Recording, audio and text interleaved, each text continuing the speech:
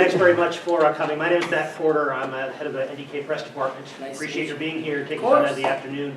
We've got a group of correspondents from different press outlets and websites here. Very cool. We're just going to try to keep this informal, but we'll take turns asking questions. Sure. And anything you need, let us know. Awesome. Thanks. Shoot. So, You're first? I guess so. Hi, my name is Seth. I'm here with Nerdfeed. How you doing? Very well, thank you. So, you lended your voice to Zuko, the firebender, right? Yes. Firebending, based on what I've researched, is loosely based on Kempo. Did you have any involvement in researching Kempo or the martial arts to play that role? No, I believe it's North Shaolin. I believe those Yes, firebending. that's what I believe too. But Kempo's cool though too. I actually did a movie called Perfect Weapon with Ed Park, who was the father of American Kempo, and just speaking years ago. And ironically, that was the first time Mako, who played Uncle Iroh in the series Avatar, played my uncle in that movie also. It's called Perfect Weapon. But as far as my influence on it, no, Sifu Kisu, who's the head kind of like martial arts consultant. But there's other masters that were consulted with as far as different Tai Chi with the water bending or earth bending. Sifu Manny did a lot of that kind of stuff.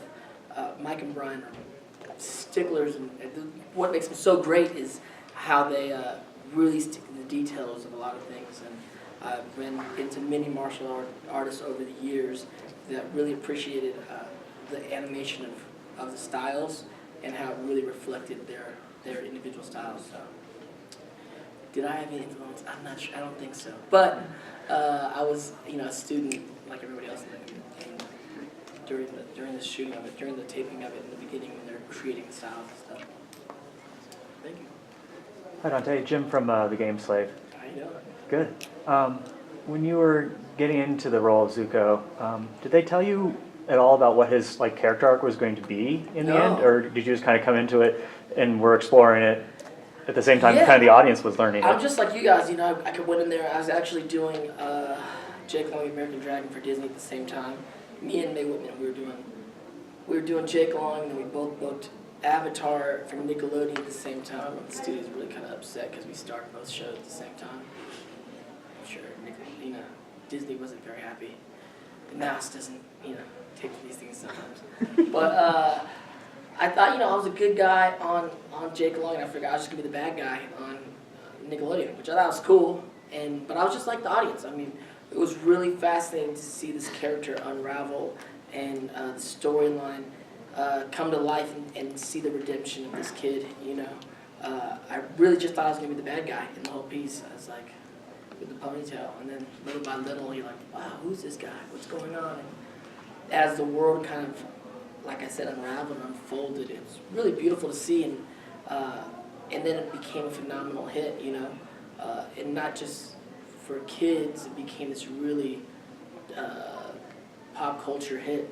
I was doing a movie in Toronto, and a few things happened. Like in Toronto, and one of the cast members, like in his 20s, like, oh my God, you're in Avatar, like that's my show. I'm like, you watch Avatar? And I ran to Jason Isaacs, who played General Chow, and obviously he's a great actor.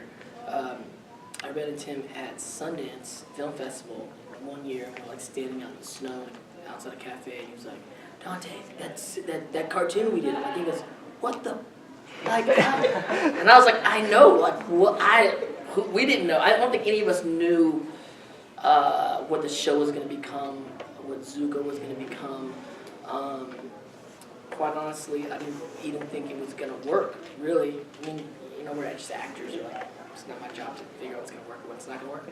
But, when you're walking onto the Nickelodeon campus and it's like Double Dare Slime on the roof, and it's SpongeBob and Cat Dog and everything on the, all the great Nickelodeon shows on the walls, and then they give you an epic Asian anime-inspired tale. You're like, this is not Nickelodeon. This is definitely not Nickelodeon. This is not going to work. This is crazy. And it becomes one of their biggest, it becomes their biggest hit since SpongeBob. It's crazy. I think it's really I don't know, it was just pretty wild.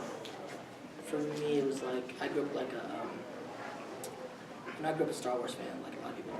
And then you see this kind of new Star Wars, world being, a new generation taking this new world. It's like, oh my God, is this the new Star Wars? And you're like, am I Han Solo? Like, what's going on here? So that's a cool feeling, Hi, my name is Philip Wesley with Radio DMG, DMG Ice, and Area DMG. Hello? And you mentioned that, well, it seems like acting has had a profound effect on your life. Yeah.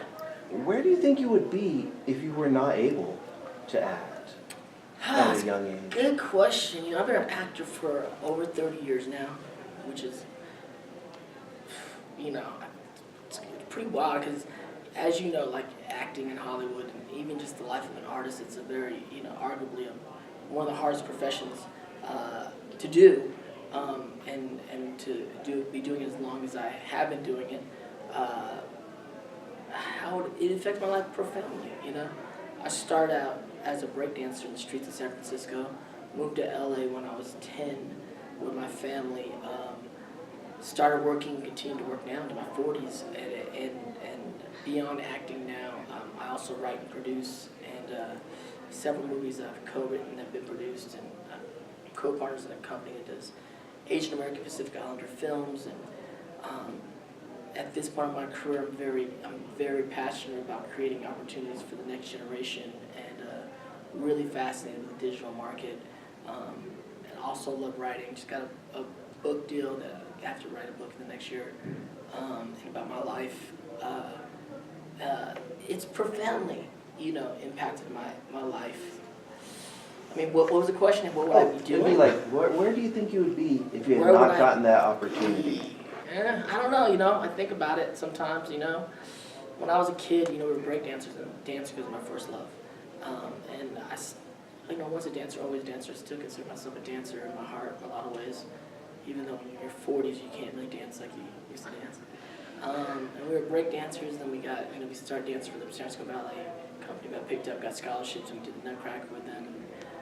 So I often think I might have, gone in that direction, really, ballet and whatnot. So I might have been there. I mean, it'd be definitely a place of the arts is what I do, or writing. I really love writing. I started a poetry venue in my living room about 20 years ago during the poetry kind of boom in the 90s, and it just so happened that me and my crew became these really, just important poets in LA. We brought, LA Times kind of tagged us as being the crew that bring poetry back to Los Angeles. I mean, obviously after the Beat era and whatnot. And so during the spoken word scene, DPL, which is originally Dante's Poetry Lounge, which is now DPL the Poetry Lounge, went on to inspire what became Def Poetry Jam on HBO and on Broadway, which won a Tony, and then now still every Tuesday night at midnight, DPL the Poetry Lounge is the largest weekly open mic venue in the world. So maybe writing. I mean, so they're all still all part of my life, but I'd probably be writing or dancing or, I don't know, just being a poet, troubadour, walking around the world, just doing my thing. But somewhere in the arts, I think it's all a part of it, Kevin Avis with Rocky Mountain Collegian. And my question for you is, you recently had done a film for your character Rufio from Hook. Yes. About his origin prior to the original movie. Mm-hmm. Would you consider doing anything like that, whether animated or live action, for Prince Zuko due to his popularity? Yeah, with Rufio, the whole Bangarang short film, I kind of co-signed it in a lot of ways. It's really not my project. It's really a project of a young filmmaker named Jonah Feingold. He's a 25-year-old USC grad that super Hollywood story. Just met in a Hollywood watering hole, like by chance, and he's like an Uber fan, great filmmaker, and had this idea. And because of the 25th anniversary, I was like, now's a good time to do it, I guess. And it really captured the imagination of a lot of fans, and it went viral both within the fandom scene and just within went viral and like got picked up by like MTV and Entertainment Weekly and so many important film blogs, and which is now spurred on to like we have the original writer J.V. Hart, who originally wrote Hook, attached to the project and creating it and producing it with us, and a lot of major people trying to see if we can actually turn that into a film, which is exciting. So now we don't own that IP. That's like a fan-based kind of. It was just a conversation that really went viral. Again, same thing with Zuko. We don't really own the IP, and it's still fresher. It's like 10 years old or something like that.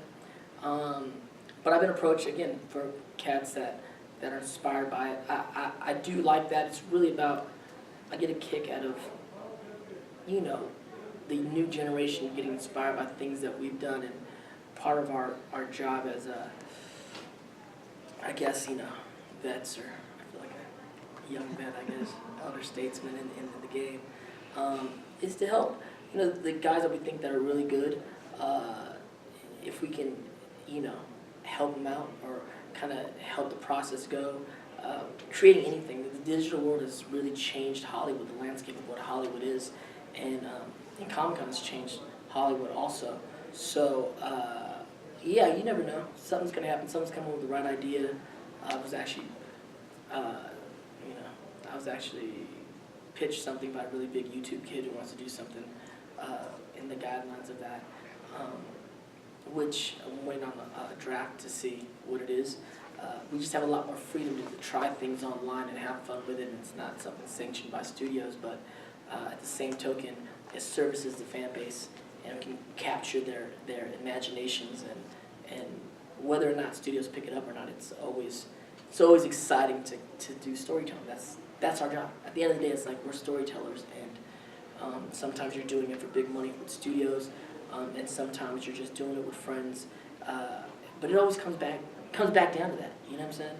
No matter, it's what level you're doing on, if it's the right energy and the right story, and you're really having fun and passion about telling the story because there's something that connects within you, that's it, that's the shit, you know what I'm saying?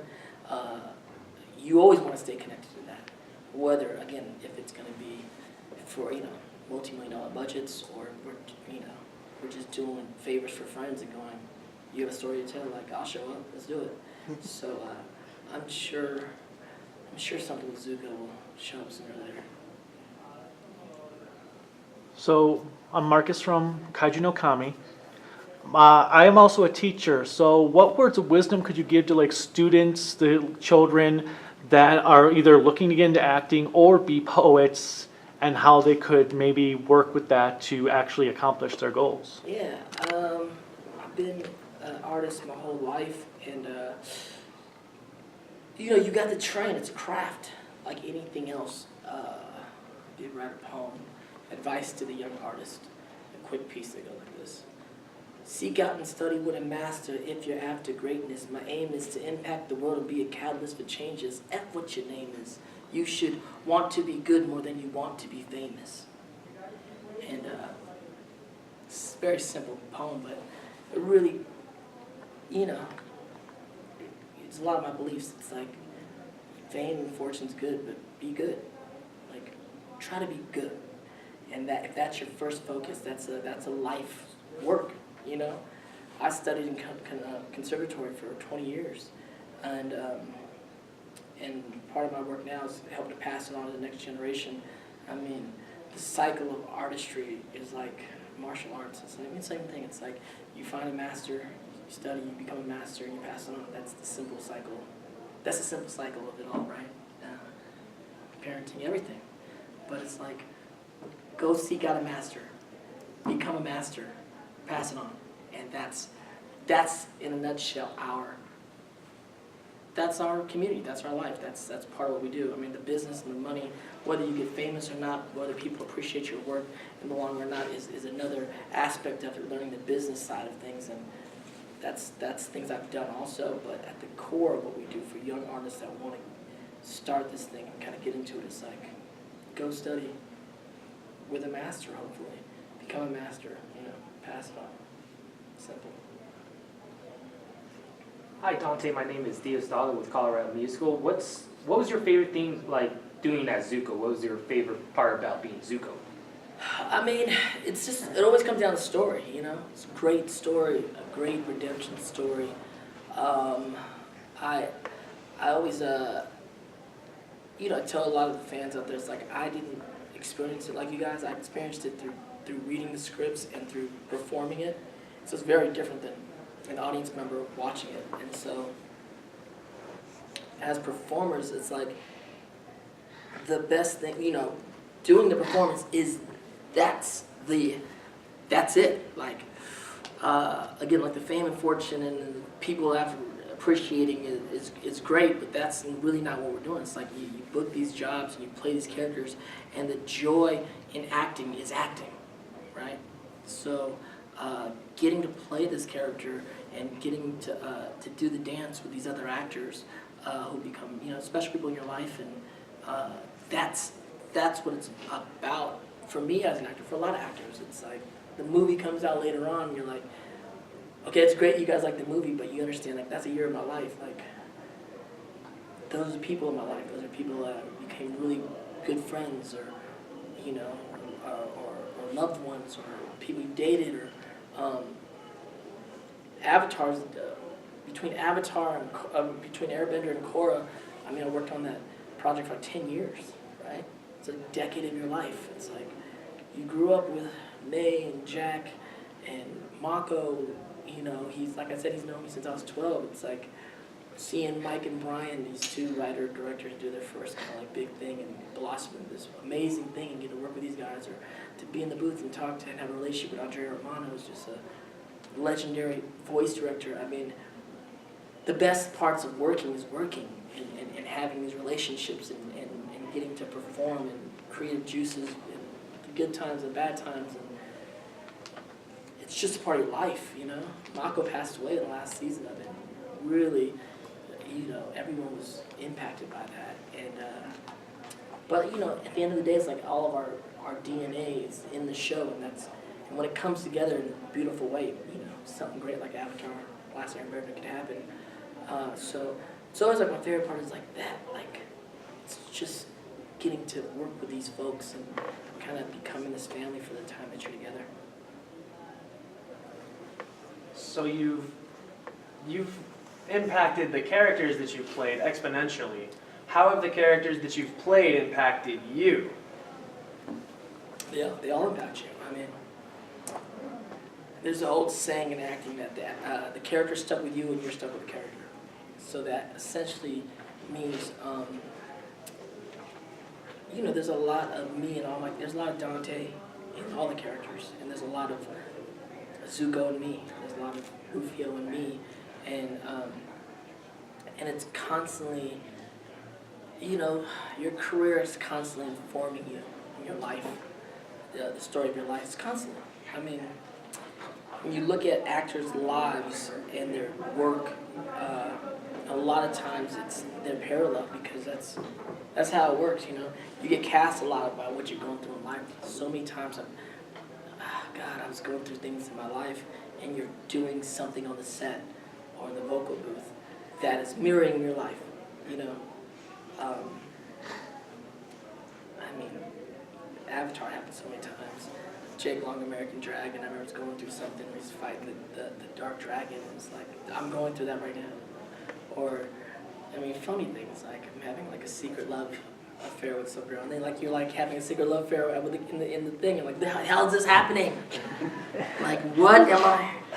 And then you're just trying to learn lessons from it, and you're inferring your kind of lessons into this character. So, at least for me, my career has always mirrored my life, and vice versa. So, we inform each other all the time. In traveling around, have you found more people tend to recognize you as Zuko or as Rufio? It's funny, you know, I think a lot of times it's a generational thing. There's a generation that grew up with Rufio that's a very strong, it just became an iconic character for a certain generation. And so I'll forever be recognized as Rufio for them, you know. And then, you know, same thing in the next generation, that Zuko and Avatar has become this iconic story, and Zuko's become this iconic character. You know, as an actor, it's just dumb luck that you do something at the right time where a lot of people appreciate it or connect to it.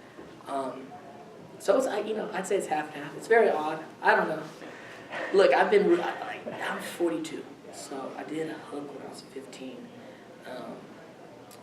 So in a lot of ways, I've been Rufio longer than I haven't been Rufio, right? Which is crazy. And it's not, it's all good. It's like some people will forever remember you. Mark Hamill will. I love Mark Hamill. I work with Mark, and he's played my father, and we've done other series together. And you build a party, and it's like Mark is like, Dante, how are you doing? And the little fangirl inside, he goes, oh my God, Luke Skywalker knows me. Like he'll always be Luke Skywalker to me, no matter what. I mean, he's a Joker to some people. He's this amazing actor, but he's Luke Skywalker to me. He will forever be Luke Skywalker to me, and I'm like that for other people. So that's great. And the voice acting. I mean, it's crazy. I didn't set out to be a voice actor, and became a part of my career. You do this iconic character, and Zuko is this very important character to a lot of people, and it's not even my face, it's my voice, but I will go around and a whole generation knows me as Prince Zuko, like, without a doubt. Like, I could be anywhere, nothing to do with a con, just somewhere, and it's like, you're Prince Zuko, and I'm like, okay, yeah. So, in your travels, you may have noticed that at these conventions and such, there's just a wonderful energy Yeah. that happens at these conventions. People come to these conventions just ready and raring to meet their voice actors, or see art, or meet the dealers, or just indulge in this hobby. This hobby is a very high energy hobby. Yeah. But a lot of these people, they gather up all that energy and just kind of expend that at the convention. Right. Do you have any tips for how people may take the energy and that joy that they feel at conventions to their everyday lives, dealing with bullies or depression or school or work? You understand, like, we're actors and filmmakers and artists, and it's like, the whole thing I love about cons is this is a place for creative people. It's creative people. Like, this is it. These are our people. When you come here, I'm like, I love the whole community, and it's always like, this is our people. This is creatives. That's what we are. That's the breed of people we are. And I always, when I do keynotes at, drama schools, or even do long panels at cons, what I like to tell them, I do a lot of analogies. One of my biggest analogies is Harry Potter. So I'm a big Harry Potter fan. And I explain to them that, when you're creative, once you get into the world of the arts, and it doesn't mean you have to be an art, like, I make a living in arts. It doesn't mean you have to have your profession as an artist. You guys are here, you're artists, you're cosplaying, you draw, you're visual artists, you are in the world of being a creative. When you're here, you're a creative. That's why we love going to con, because these are our people. But you understand, when you do that you realize we're artists. We are wizards. What we do is nothing short of magic. What I explain to them is, you're a wizard. Once you're a wizard, you're Harry Potter. You're like the kid that was underneath the stairs. You go into this new world. When we're in this world, anything's possible. What we do is magical. Now, there are other people in the world that don't understand that will never understand that. The muggles. They're muggles. It's okay, they're muggles. It doesn't mean you have to look down on them or love them any less, because they could be your parents, they could be your brothers and sisters, they could be your best friends. But they're muggles. But when you understand, like, they're never going to get it. It's okay, they're never going to understand why this cartoon means so much to this anime, or why you stay up all night to write a song, or a poem, or to paint a picture, or to learn a scene. I mean, it has zero value to them. And it may mean life and death to you. But that's okay. When you're young and you don't understand, where everyone needs to understand what no, they don't. They're muggles. If you look at them, they're never going to understand the magical world. but you do. When we come here, we do. This is what we do. So when you have a better understanding of that, it gives you less pressure to, to care what it doesn't impact them as much. You know what I'm saying? Don't let it impact, what's a muggle going to tell Harry Potter? They can't steal your magic. They can't steal your magic. You're never going to get it. You're dealing in a different realm than that. And it doesn't make neither one's better than the other. They're just different. And that's okay. So once you kind of have that experience and that kind of like knowledge, you can kind of have a little less pressure or stress on it. So I'm Kelly with Kaiji no Kami. It's nice to finally meet you. Hello. So you've done so much. The first time I've ever seen you was Rufio, Yeah. which was my favorite character in Hook. Thank you. So I know you have a lot of inspiration, but what drives you to keep on going or persevere to the next project? Yeah, I mean, that's the biggest thing, everybody can live while they work. And the whole thing about this whole Hollywood acting life is trying to figure out how to live between jobs. That's your job. Mm-hmm. Staying inspired, I mean, it goes back to the lifestyle of an artist, right? We don't live a regular life. We don't have regular jobs. We don't, So you get to stay inspired. And people go, well, how do you do it over the years? It's like, produce theater in class. I think I produced it's crazy, 90-some, showcases for other actors and myself. I write plays, I wrote plays, get them produced. I created this Asian American art collective. We own the 8th for the next generation of Asian American creatives. Created this production company, created the Poetry Lounge. I had a band in the 90s with my brothers. We toured all around. We're creatives. You just keep creating. That's what we do. We create, write poetry. When you're an artist, it's again, you step out of the realm of, you leave the regular world. It's true. You join the circus. There's tons of stuff to do in the circus. I mean, you're in the circus. We're great. We're all there. When you understand that really the reality that we're all in this together, and there's different facets of it, and they're open to all of them.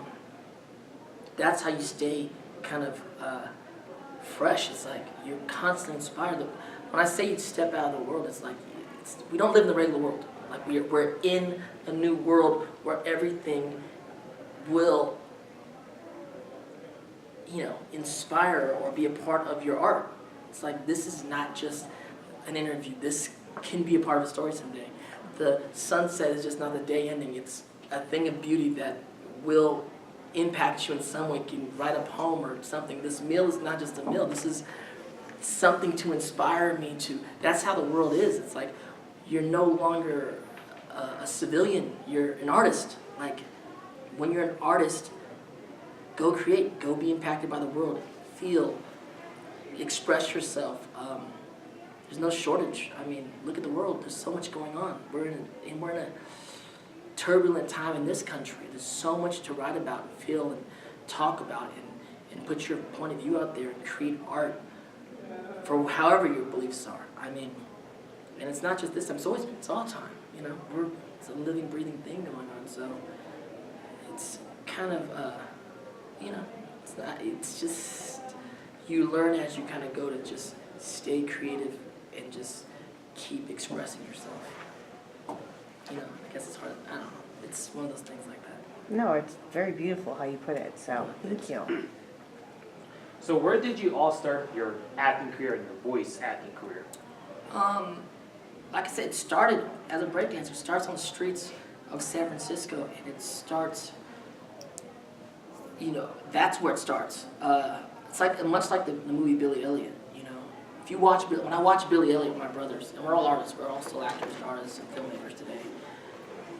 We were these blue-collar kids from the hood in the Bay Area and moved to neighborhood Paramount, which was outside of, right next to Compton in LA.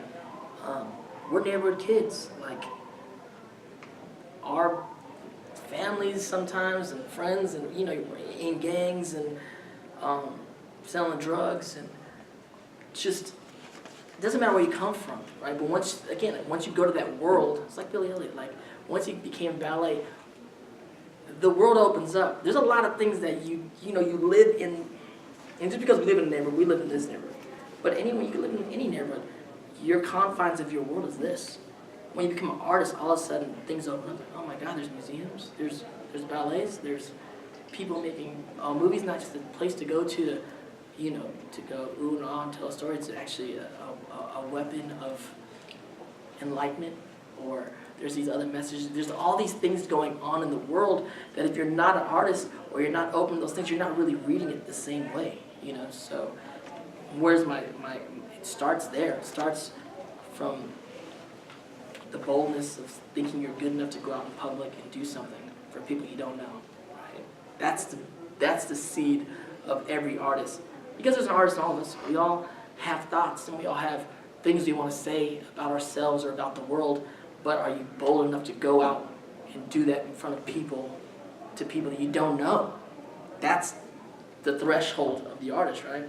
So at like 7, 8 years old, me and my brothers thought we were good enough to go into the streets with a cardboard box and a boom box and be out there with a hat, you know, on Pier 39, Telegraph Avenue, Berkeley, wherever out there.